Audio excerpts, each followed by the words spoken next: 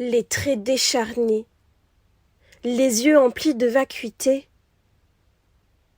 les dents cassées. Un visage morose oscille entre la vie et la mort. Il hésite entre partir ou rester. Mais a-t-il vraiment le choix? Il est abîmé par la violence des coups. Accablé de tourments et obligé par le temps, il semble nous quitter. Griffé, frappé, brisé, lobotomisé, déstructuré, défiguré. Il se présente ainsi à nous, dépourvu de toute vanité. Untitled Skull. Un crâne sans nom. L'anonyme souffrance d'un homme. Un inconnu parmi les autres, frappé par le spleen, effrayé par les affres de la brutalité et guidé par une déshérence sans fin. Alors qu'il mourait doucement,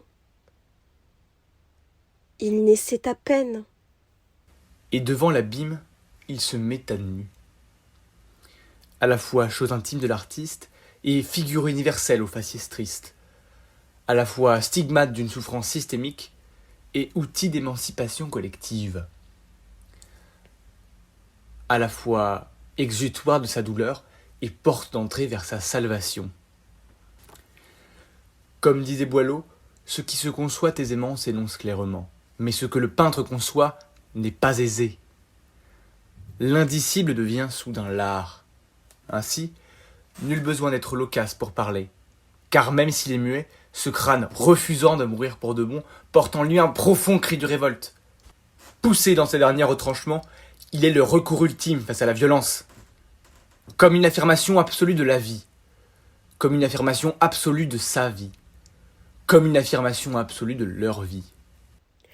Il est le syncrétisme de tout un peuple dont il porte la voix et le masque, un peuple victime d'une histoire dont le monde est amnésique.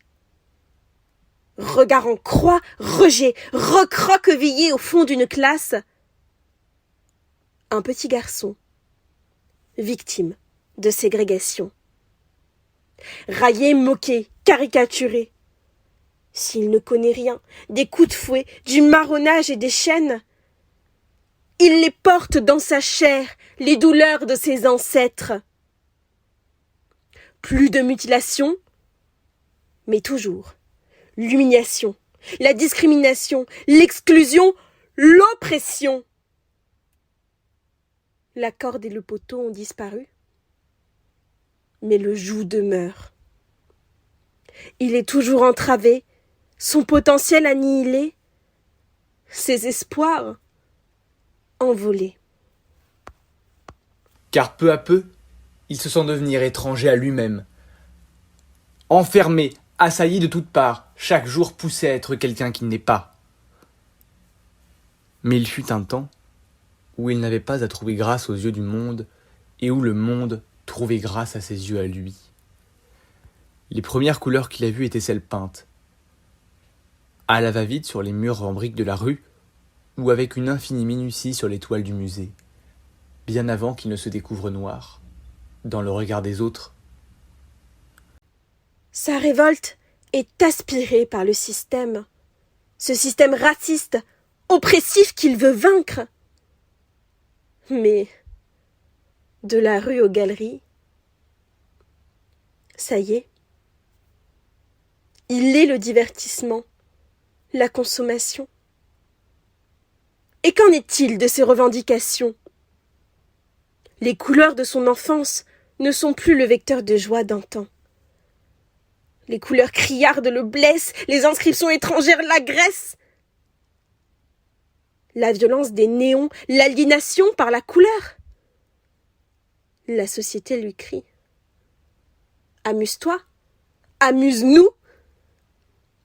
Il lui répond. Marre d'être le clown, la bête de foire, une caricature aux dents blanches toujours souriantes. Moi, je suis pas un clown, moi. Moi, j'ai les dents pétées. Moi, je suis Basquiat, j'ai 20 ans. Il a 20 ans. comme moi. D'une main encore puérile, il dessine sa fin. Le Créateur n'est pas éternel, et il le sait. Memento mori, memento t'es noir, memento t'as mal. Memento, on te frappe, memento, on te saigne. Memento mori. Le monde hostile le plaque désarmé face à sa condition. La boursouflure du visage persiste, Tout n'est que cicatrice. et les joies du monde sont embuées. Tout est triste J'ai trop mal. dans ce crâne mou et difforme, L'extérieur est incompréhensible. où regorge toute la complexité de l'être. Je suis Basquiat. Je suis noire. Je suis un artiste. Je suis un artiste noir. Je suis un noir artiste. Je souffre. Je vis. vis. Je meurs.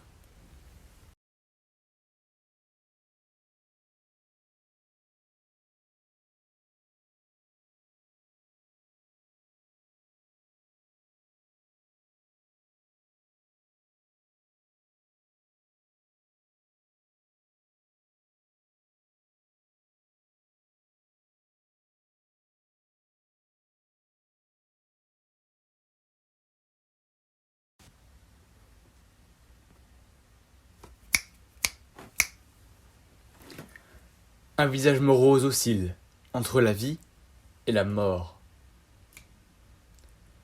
Il est abîmé, abîmé par la violence des coups. Griffé, frappé, brisé, lobotomisé, déstructuré, défiguré. Il se présente ainsi à nous, dépourvu de toute vanité.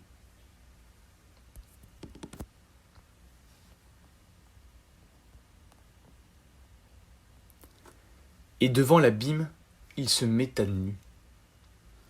À la fois chose intime de l'artiste et figure universelle au faciès triste. À la fois stigmate d'une souffrance systémique et outil d'émancipation collective. À la fois exutoire de sa douleur et porte d'entrée vers sa salvation. Comme disait Boileau, ce qui se conçoit aisément s'énonce clairement, mais ce que le peintre conçoit n'est pas aisé. L'indicible devient soudain l'art. Ainsi, nul besoin d'être loquace pour parler, car même s'il est muet, ce crâne, refusant de mourir pour de bon, porte en lui un profond cri de révolte. Poussé dans ses derniers retranchements, il est le recours ultime face à la violence, comme une affirmation absolue de la vie, comme une affirmation absolue de sa vie, comme une affirmation absolue de leur vie.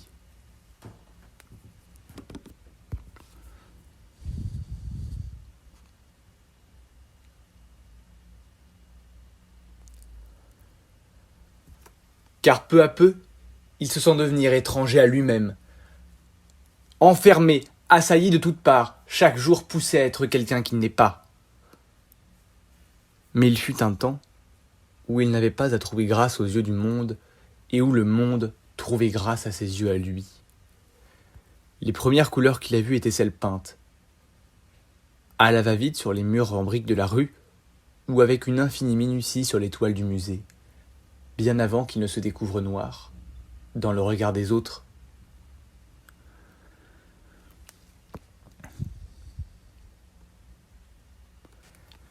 Le Créateur n'est pas éternel, et il le sait. Memento, on te frappe, memento, on te saigne. Memento mori. La boursouflure du visage persiste. Et les joies du monde sont embuées.